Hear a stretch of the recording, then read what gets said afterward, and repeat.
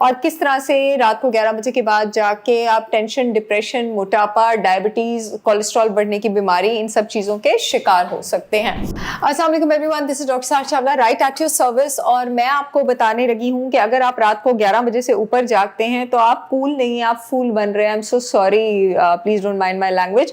और किस तरह से रात को 11 बजे के बाद जाके आप टेंशन, डिप्रेशन, मोटापा, डायबिटीज, कोलेस्ट्रॉल बढ़ने की बीमारी, इन सब चीज़ों के शिकार हो सकते हैं। रात के टाइम अल्लाह ताला चाहता है कि हमारे हाइपोथैलेमस से रिलैक्सिंग हार्मोन निकले, जिसको मेलाटोनिन कहते हैं। और ये जो रिलैक्सिंग हार्मोन होता है ये इन्वर्सली प्रोपोर्शनल होता है। उसका मतलब है अगर एक बढ़ेगा तो दूसरा नीचे होगा। मेरा काम आप लोगों को एजुकेट भी करना है। इन्वर्सली प्रोपोर्शनल कहते हैं एक चीज़ ऊपर और दूसरी नीचे जाए तो उसको इन्वर्सली प्रोपोर्शनल कहते हैं। एक चीज़ ऊपर और उसके साथ दूसरी ऊपर जाए तो उसको डायरेक्टली प्रोपोर्शनल कहते हैं। तो अगर मेलाटोनिन ऊपर जाएगा तो स्ट्रेस हार्मोन और कोर्टिसोल नीचे आएगा। ये दोनों, ऐसा नहीं हो सकता कि आपका रिलैक्सिंग हार्मोन और स्ट्रेस हार्मोन इकट्ठे एक टाइम पे पीक करें। एक ऊपर होगा तो दूसरा नीचे होगा।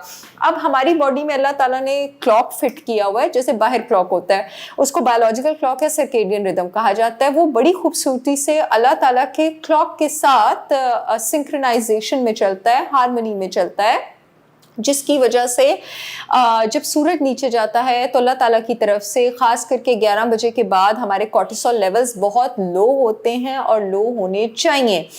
अल्लाह ताला ऐसा चाहता है। अब जब आप ऐलान जंग कर देते हैं अल्लाह ताला के क्लॉक के अगेंस्ट, नाउजुबिल्लाह, यानी आप अपनी तरफ से तो अगेंस्ट जा रहे हैं ना कुदरत के निज़ाम के, तो आप रातों को जागना शुरू कर देते हैं, सोचे कि आप बड़े कूल हैं, तो आपका इंटरनल क्लॉक डिस्टर्ब हो जाता है। अब इस टाइम कोर्टिसोल स्ट्रेस हार्मोन को नीचे होना चाहिए था, इस टाइम वो ऊपर जाना शुरू हो जाता है। कोर्टिसोल अगेन डायरेक्टली प्रोपोर्शनल है जिस हार्मोन के, वो है इंसुलिन। यानी अगर कोर्टिसोल ऊपर जाएगा तो इंसुलिन ऊपर जाएगा। इसी वजह से जो लोग स्टीरॉयड ट्रीटमेंट वगैरह लेते हैं उनको कुछ अर्से बाद डायबिटीज हो जाता है, क्योंकि स्टीरॉइड्स ब्लड में हाइपरग्लाइसीमिया करते हैं, यानी ब्लड ग्लूकोज को रेज करते हैं इंसुलिन करके।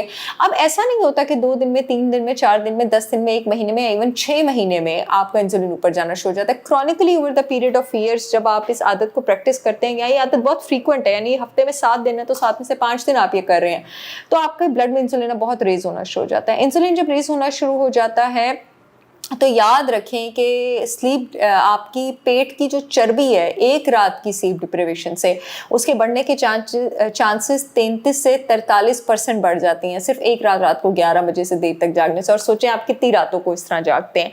अब इंसुलिन जब बढ़ना शुरू हो जाता है, आपकी बॉडी इंसुलिन रेजिस्टेंट हो जाती है, यानी वो सेल्स में ग्लूकोज नहीं भेज पाती। वही ग्लूकोज, वही शुगर आपके ब्लड में हाई होना शुरू हो जाता है, और यहाँ से प्री डायबिटीज़ का सिलसिला शुरू हो जाता है, यहीं से पीसीओएस का सिलसिला शुरू हो जाता है, यहीं से पेट के निचले हिस्से में चर्बी डिपॉजिट होने का सिलसिला शुरू हो जाता है।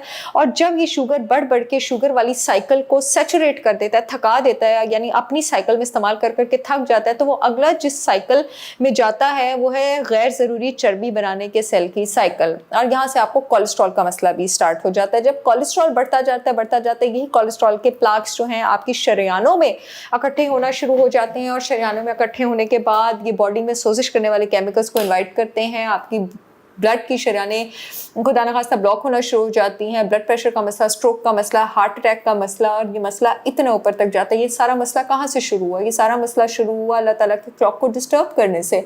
रात को कोर्टिसोल के रेज लेवल से ये सारा मसला स्टार्ट हुआ। अगर आप इस आदत के शिकार हैं तो प्लीज़ अपनी आदत को ठीक करें। जब आप अपनी आदत को अल्लाह ताला की नेचर के साथ मिलाते हैं, अल्लाह की मदद शामिल हाल होती है। 2-3-4 महीने में आपका बायोलॉजिकल क्लॉक सेट हो जाता है। उसके साथ साथ ब्लड, इंसुलिन और कोर्टिसोल को क्योर करने के लिए मेरे 100% ऑर्गेनिक प्रोडक्ट्स हैं। मेरी brand holistic wisdom by Sahar Chawla के सारी रेगुलेटरी अथॉरिटी से अप्रूव, लिंक मैं कॉमेंट सेक्शन में दे दूँगी, आप ऑर्डर कर सकते हैं।